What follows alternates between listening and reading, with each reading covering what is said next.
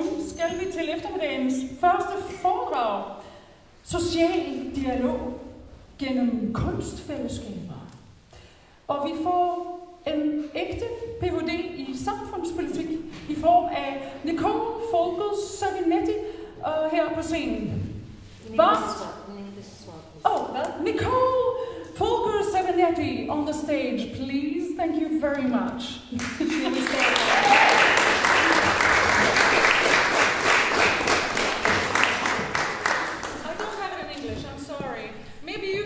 Do your introduction in English, I'm sure you can. Oh, our whole dialogue is going to be in English. Just wonderful. Myself. Yeah, if there could be two seats, would be fantastic.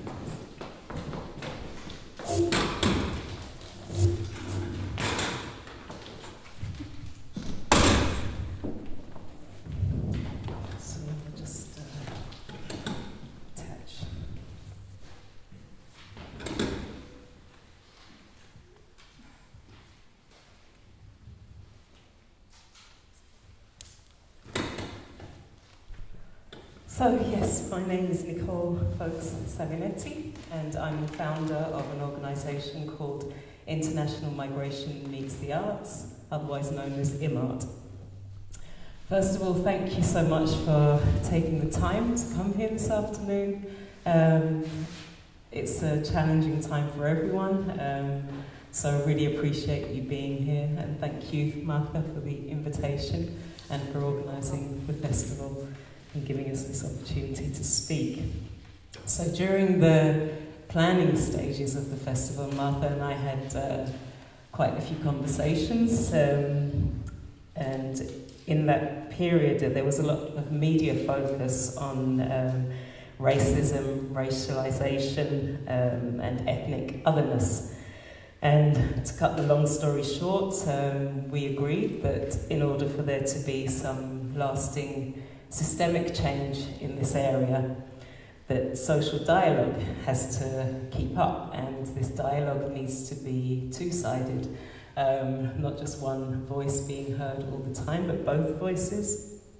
And also the efforts need to be made to create better understanding between different social groups.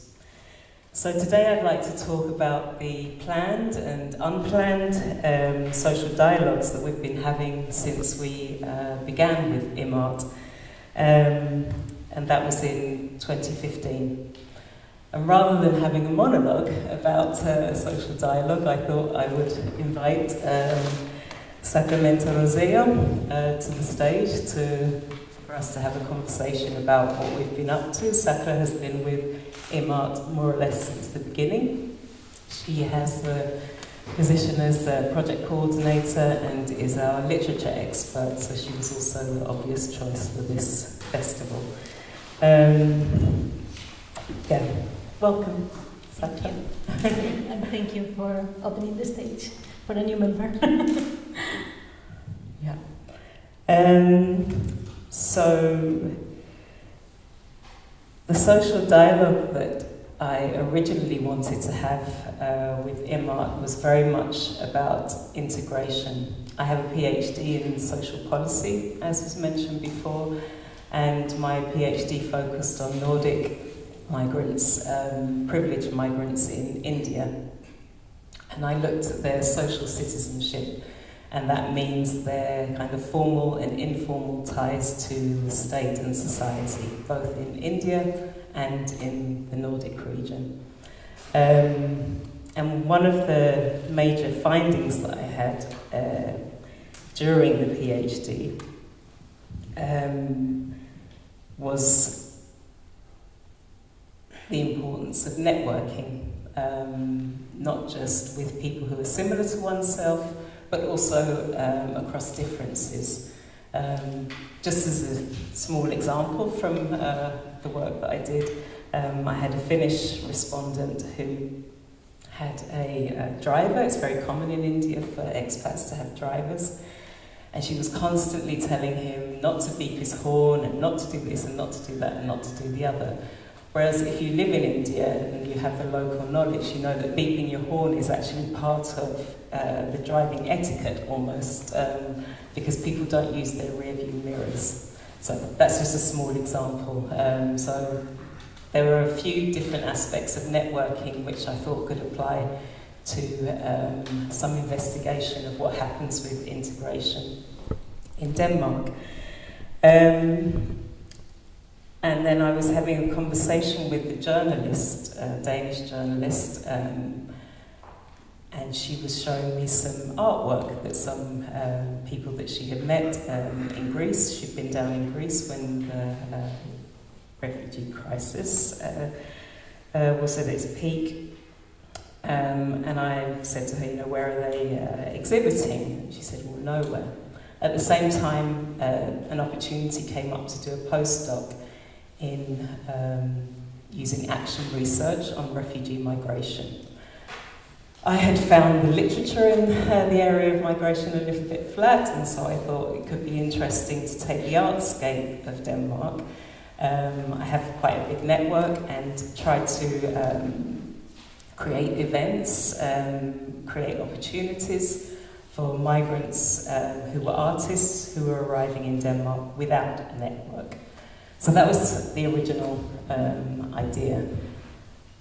I didn't get the postdoc, but there was so much interest in starting an organisation that looked out for the interests of artists of foreign origin that I carried on with that idea, and we've been going for 5 years now on a completely volunteer basis. So, about the social dialogue. Yeah. That was the starting point, and I'd quite like to invite you, Sakura, to talk maybe a little bit more about the networking and what other types of dialogues. Well, there were many ways in which we figured out that networking was an important way of reaching out and finding ways of having this ongoing dialogue. And one was some sort of like intra-networking thinking in Copenhagen, basically, because we are based here, and bringing in authors, photographers, painters, and different artists, and also cultural workers, people that was organizing events and creating areas in which they could collaborate, exchange better practices, and share knowledge of how things were working or not working. For that we had some ideas. We did the artist dinners, for example, that became kind of like a staple of the organization, and that it turned this experience in some way like a convivial experience. It's always better to talk about tough things when we have good food and good wine. And that was a way in which the network sort of expanded very organically. And then we took that into the international level, and that was very important. We started creating ties with similar groups in Finland, in Sweden, in Iceland, and just because we were participating in different events, people would hear about us, we would hear about other groups, and we would get in touch. And we were so lucky to get some funding for kind of exploring those kinds of networks. And it was very important because Nicole and I are, I think, first and foremost researchers. Yeah.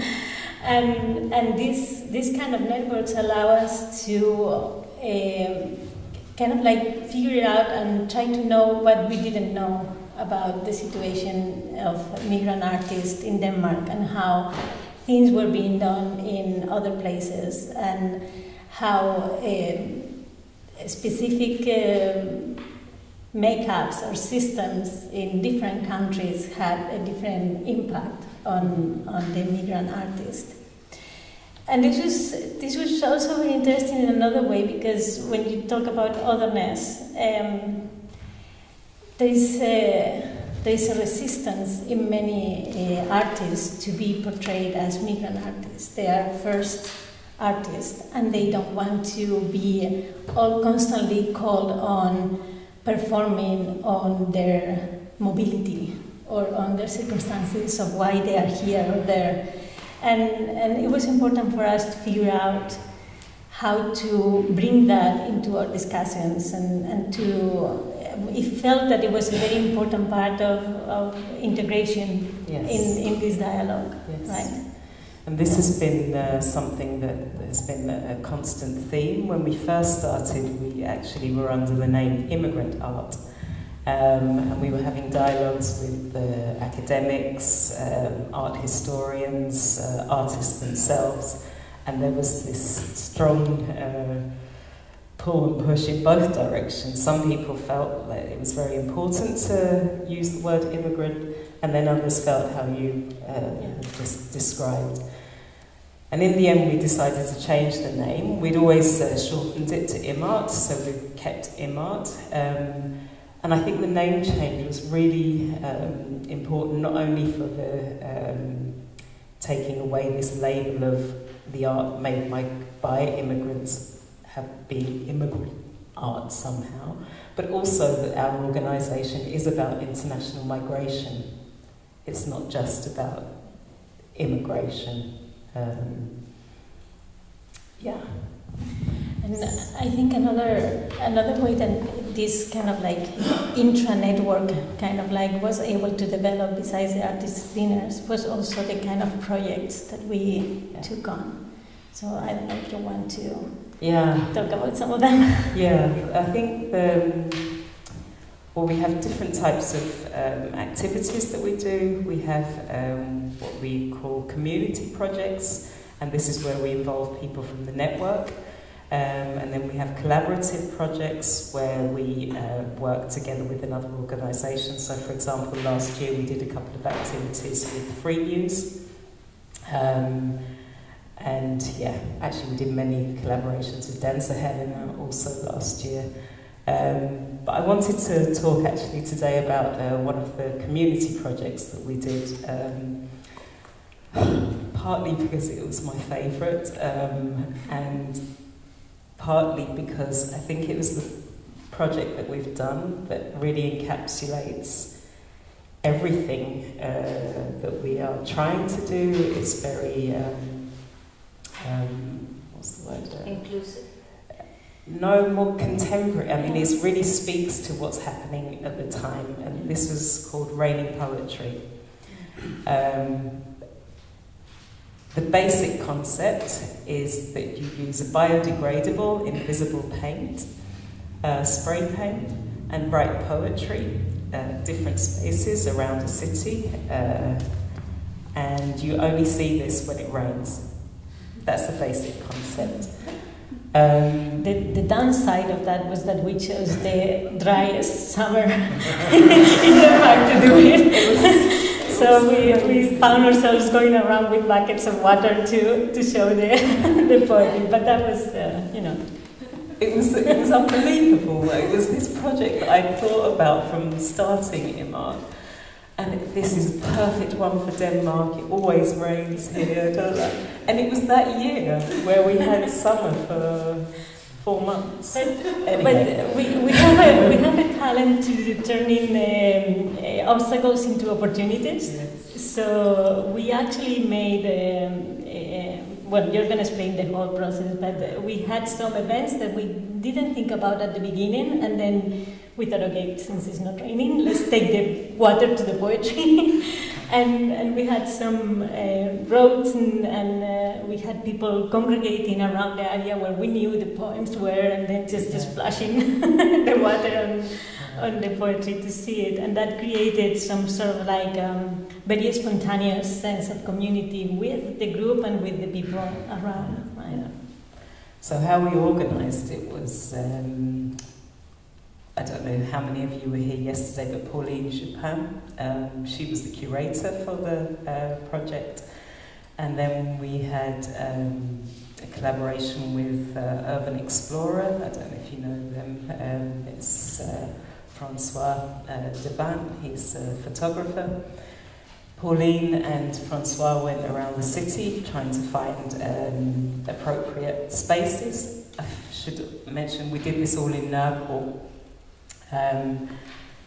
many of us live in Nepal, but also we chose Nepal because it's the most multicultural part of the city. There are, I don't know how many different nationalities living there, and over 20 different languages spoken. So we found the places using Francois' knowledge.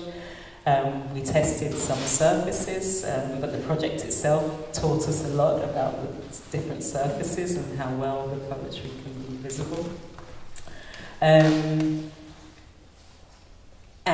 we had 19 different languages, excerpts from the poems, and 20 locations. The goal was to do 22, but we didn't make it.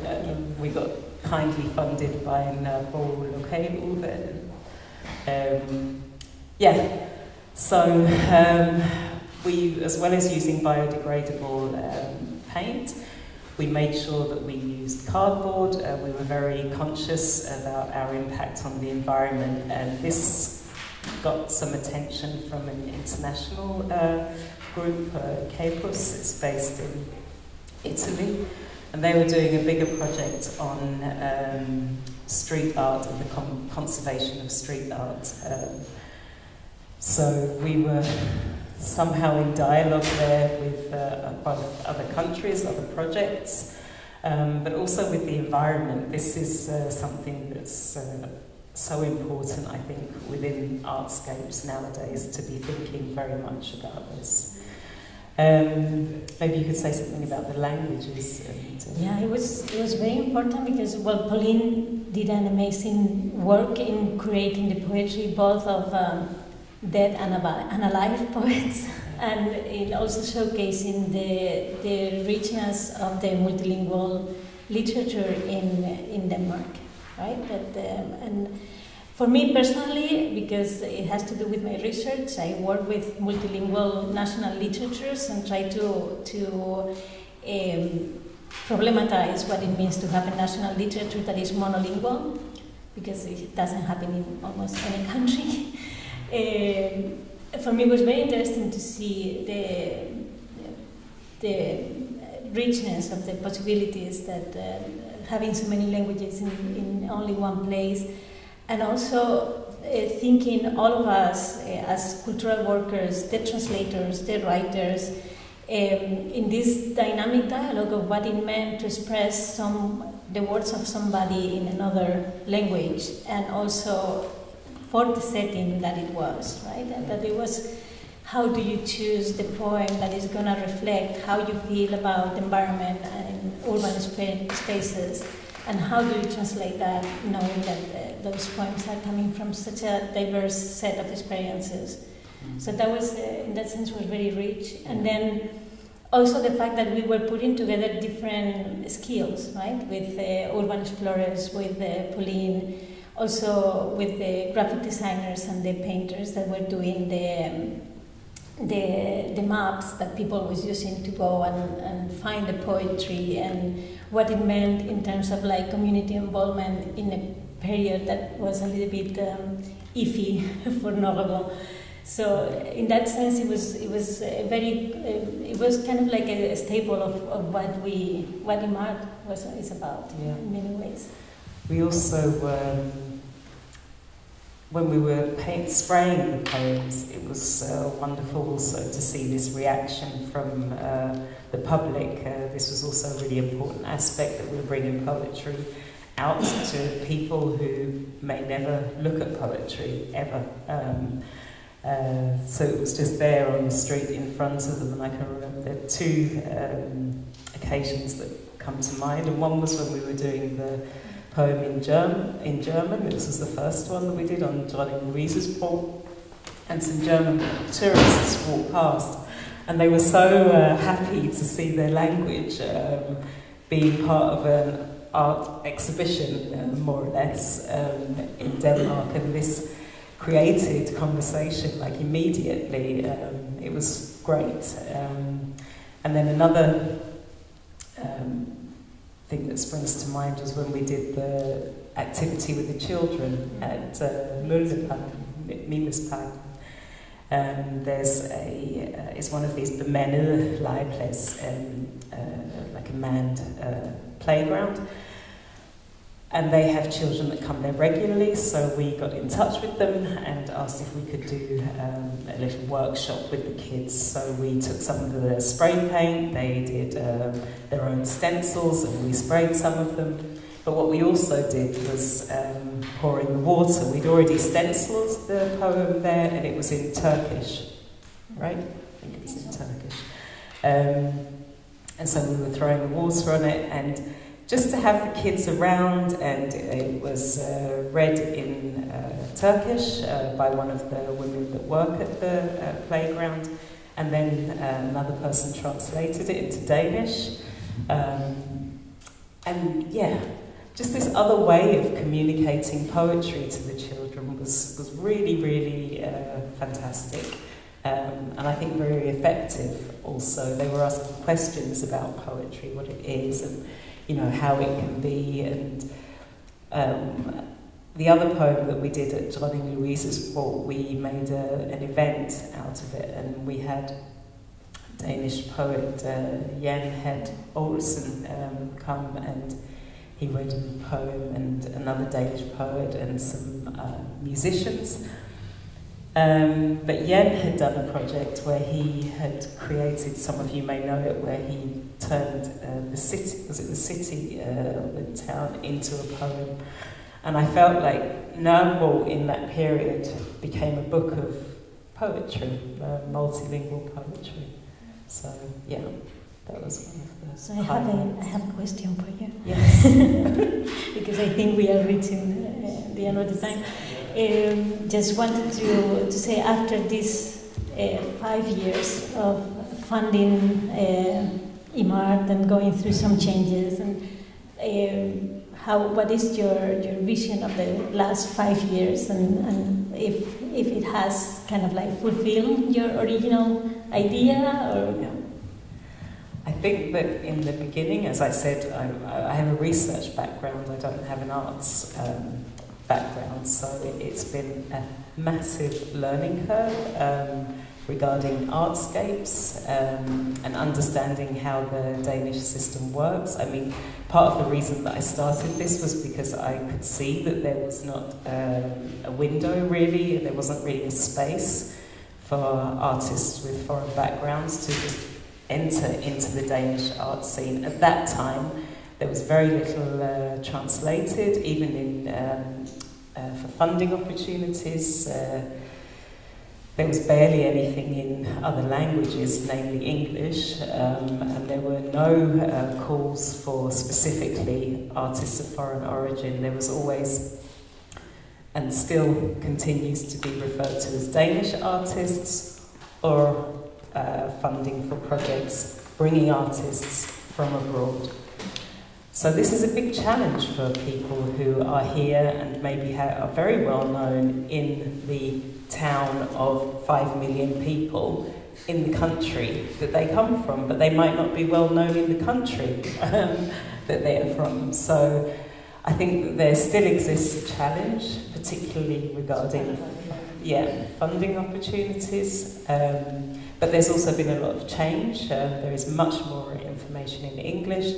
There are more events like this that bring together artists of different nationalities and that focus on this. Privileged to take part in this one and another one this year. I think that I was very ambitious in the beginning, of course, which I think is a very good way to be in the beginning, and there were a few things that we haven't done. We haven't done so much advocacy work, we haven't worked with business in the way that I had imagined in the beginning. So there's a lot still to do. There's plenty of opportunity, and I think that this interaction that we've had with Nordic partners and seeing what can be done, particularly in Finland, they get a lot of support from the Ministry of Culture. It's an organisation called GAP, if you want to have a look at them. and other institutions. So it's really been great to see what can be done in this area. And now in Denmark there are more and more groups focusing on this area. And one of the things that I would like to do actually is bring together people working in this field for an artist dinner, and have a chat and see where we all are and position ourselves and hear about each other's projects and have more dialogue. Yeah. Yes. Thank you.